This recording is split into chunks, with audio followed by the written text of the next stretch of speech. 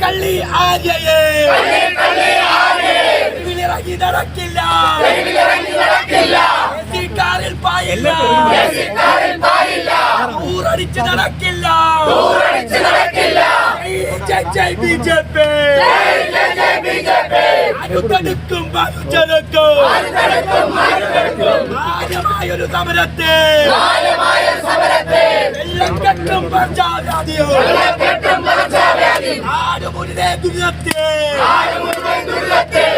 ആടുമുഴുവൻ ദുരിതത്തെ കണ്ടില്ലെന്ന് നടിക്കരുതേ, ആരെയൊരു മൂരാച്ച് കസേരയിൽ ഇരിക്കുമ്പോ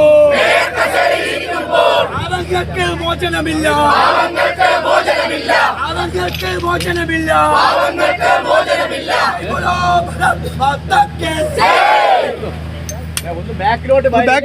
പാർലമെന്ററി പാർട്ടി നേതാവായിട്ടുള്ള ശ്രീ എം ആർ ഗോപൻ, അതോടൊപ്പം തന്നെ പാർലമെന്ററി പാർട്ടി ഉപനേതാക്കളും BJPയുടെ ജില്ലാ ഉപാധ്യക്ഷന്മാരുമായിട്ടുള്ള ശ്രീ കരമന അജിത്ത്, തിരുമല അനിൽ, പാർട്ടിയുടെ ജില്ലാ കമ്മിറ്റിയുടെ ജനറൽ സെക്രട്ടറിമാർ ശ്രീ വെങ്ങാനൂർ സതീഷ്, അഡ്വക്കേറ്റ് ഗിരികുമാർ, മറ്റൊരു ജില്ലാ ഉപാധ്യക്ഷൻ മുൻ കൗൺസിലർ ശ്രീ പാപ്പനംകോട് സജി, മറ്റ് ജനപ്രതിനിധികളെ, പാർട്ടിയുടെ വിവിധ ഘടകങ്ങളിൽ പ്രവർത്തിക്കുന്ന നേതാക്കന്മാരെ, മാധ്യമ സുഹൃത്തുക്കളെ, നമസ്കാരം. കഴിഞ്ഞ 3.5 വർഷമായി ഈ നഗരസഭ കേന്ദ്രീകരിച്ചുകൊണ്ട് പ്രതിപക്ഷത്തിന് നേതൃത്വം കൊടുക്കുന്ന BJP നടത്തുന്ന നിരവധി സമര പരിപാടികളിൽ ഏറ്റവും പ്രധാനപ്പെട്ട ഒരു സമര പരിപാടിയുമായിട്ടാണ് ഞങ്ങൾ ഈ നിമിഷം ഇവിടെ നിൽക്കുന്നത്. മാസങ്ങൾക്ക് മുമ്പ് നഗരസഭ കൗൺസിൽ യോഗം ചേർന്നപ്പോഴേക്കും 2017 നരേന്ദ്രമോദി ഗവൺമെന്റ് അനുവദിച്ച, അതായത് അന്ന് ശ്രീ വെങ്കയ്യ നായിഡു കേന്ദ്രമന്ത്രിയായിരുന്നപ്പോഴേക്കും VK പ്രശാന്ത് മേയർ ആയിരുന്നപ്പോഴേക്കും ഇന്ത്യയിലെ വിവിധ നഗരങ്ങൾക്ക് അനുവദിച്ച സ്മാർട്ട് സിറ്റി പദ്ധതി തിരുവനന്തപുരം നഗരസഭ മാത്രമാണ് ഇന്ത്യയിൽ വീഴ്ച വരുത്തിയത്. അത് എത്രയും പെട്ടെന്ന് തന്നെ പൂർത്തീകരിക്കണമെന്ന് ആവശ്യപ്പെട്ടുകൊണ്ട് പ്രതിപക്ഷ കൗൺസിലർമാർ ശക്തമായിട്ടുള്ള നിലപാട് സ്വീകരിച്ചു. ആ നിലപാടുമായി ബന്ധപ്പെട്ട് പ്രസംഗിക്കാൻ പോലും കൗൺസിൽ പാർട്ടി ലീഡർ ഉൾപ്പെടെ ഉള്ളവർ തയ്യാറായപ്പോൾ അവരുടെ മൈക്ക് ഓഫ് ചെയ്യുവാനും കൗൺസിൽ യോഗം പിരിച്ചുവിടുവാനുമാണ് മേയർ ഉൾപ്പെടെ ഉള്ളവർ ശ്രമിച്ചത്. മാധ്യമങ്ങളൊക്കെ ഉണ്ടായിരുന്നു. അതിനുശേഷം ചെറുതും വലുതുമായ നിരവധി സമര പരിപാടികൾ സംഘടിപ്പിച്ചിട്ടുണ്ട്, ചർച്ചകൾ നടത്തിയിട്ടുണ്ട്. അതിലൊന്നും തന്നെ ഈ വിഷയം പരിഹരിക്കാത്തൊരു സാഹചര്യത്തിലാണ് കൂടുതൽ പ്രത്യക്ഷ സമര പരിപാടികളുമായി മുന്നോട്ട് വരാൻ വേണ്ടി BJP തയ്യാറായിട്ടുള്ളത്.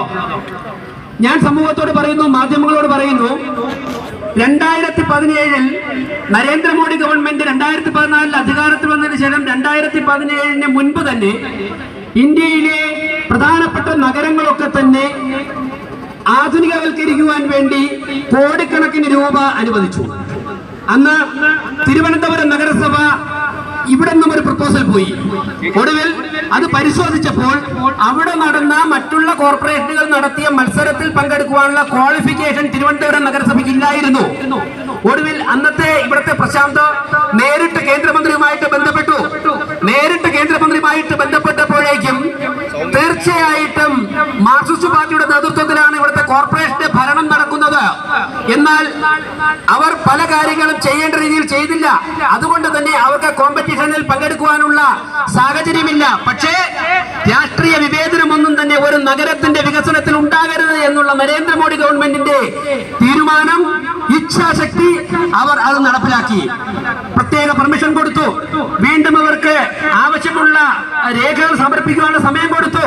അതിനുശേഷം സ്പെഷ്യൽ സാങ്ഷൻ ഈ നഗരസഭ റിക്വസ്റ്റ് ചെയ്തതിനനുസരിച്ച് സ്പെഷ്യൽ സാങ്ഷൻ കൊടുത്ത് നടപ്പിലാക്കിയ ഒരു പദ്ധതിയാണ് തിരുവനന്തപുരത്തെ സ്മാർട്ട് സിറ്റി പദ്ധതി. നിങ്ങൾ മനസ്സിലാക്കണം, ഈ നഗരസഭയിൽ അന്ന് BJPക്ക് 35 കൗൺസിലർമാർ, LDFന് 42 കൗൺസിലർമാർ. ആ സമയത്ത് ഭൂരിപക്ഷം പോലും ഇല്ലാതെ കോൺഗ്രസിന്റെ UDFന്റെ സഹായത്തോടെ LDF നഗരം ഭരിച്ചിരുന്നപ്പോൾ ഈ പ്രതിപക്ഷ BJP കൗൺസിലർമാർ മന്ത്രിമാർ 35 പേരും കേന്ദ്ര ഗവൺമെന്റിന്റെ അടുത്തും വെങ്കയ്യ നായിഡുവിന്റെ അടുത്തും അപേക്ഷിച്ചു.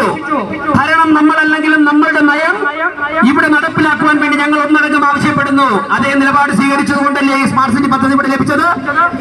അന്ന് ഈ പോരായ്മകൾ പറഞ്ഞുകൊണ്ട് വേണമെങ്കിൽ നരേന്ദ്രമോദി ഗവൺമെന്റ് തിരസ്കരിക്കാമായിരുന്നു. CPM ഭരിക്കുന്നത് കൊണ്ട് അത് ചെയ്തില്ല. ഒരു രാജ്യം മുന്നോട്ട് പോകണമെങ്കിൽ ആ രാജ്യത്ത് കാശ്മീർ മുതൽ കന്യാകുമാരി വരെയുള്ള എല്ലാ പ്രദേശങ്ങളും ഒരുമിച്ച് മുന്നോട്ട് പോകണമെന്നുള്ള BJPയുടെ രാഷ്ട്രീയ നയവും തീരുമാനവുമാണ് സുഹൃത്തുക്കളെ അവിടെ നടപ്പിലാക്കിയത്. അതിന്റെ അടിസ്ഥാനത്തിലാണ് 1000 കോടി രൂപയ്ക്ക് അപ്പുറമുള്ള ഈ പദ്ധതി ഇവിടെ ലഭിച്ചത്. ഇതിനോടൊപ്പം ഇന്ത്യയിൽ പദ്ധതി ലഭിച്ച എല്ലാ കോർപ്പറേറ്റുകളും പറഞ്ഞ സമയത്തിനുള്ളിൽ തന്നെ ആ പദ്ധതികൾ നടപ്പിലാക്കിക്കൊണ്ട് വീണ്ടും വീണ്ടും ആയിരക്കണക്കിന് കോടി രൂപ ആ കോർപ്പറേറ്റുകളിലേക്ക് നേടിയെടുത്തിട്ട് ഇന്ത്യയിൽ 1ാം സ്ഥാനത്ത് മുന്നോട്ട് പോകുമ്പോഴേക്കും തിരുവനന്തപുരം കോർപ്പറേഷൻ 2017 കഴിഞ്ഞ് 7 വർഷം പിന്നിട്ട് 2024 അവസാനിക്കാൻ പോകുമ്പോഴും മുട്ടിലിഴയുകയാണ്. ഞാൻ ചോദിക്കട്ടെ, എന്തുകൊണ്ട് സാധിച്ചില്ല?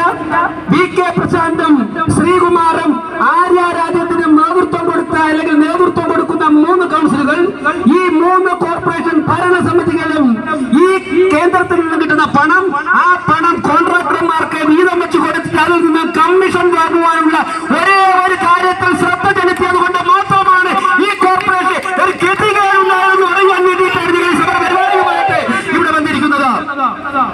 ഞാൻ ചോദിക്കട്ടെ, ഒരു നഗരത്തിലെ റോഡുകൾ നവീകരിക്കുവാൻ വേണ്ടി 1000 കോടി രൂപ ഉൾപ്പെടുന്ന സ്മാർട്ട് സിറ്റി പദ്ധതി കൊടുക്കുമ്പോഴേക്കും അത് ഏൽപ്പിക്കുന്നത് ദേശീയ തലത്തിലോ അല്ലെങ്കിൽ അന്തർദേശീയ തലത്തിലോ ജോലികൾ ചെയ്ത് പരിചയമുള്ള കരാറുകാരായിരിക്കണ്ടേ? അവർക്ക് ഏറ്റവും പുതിയ ഉപകരണങ്ങൾ വേണ്ടേ?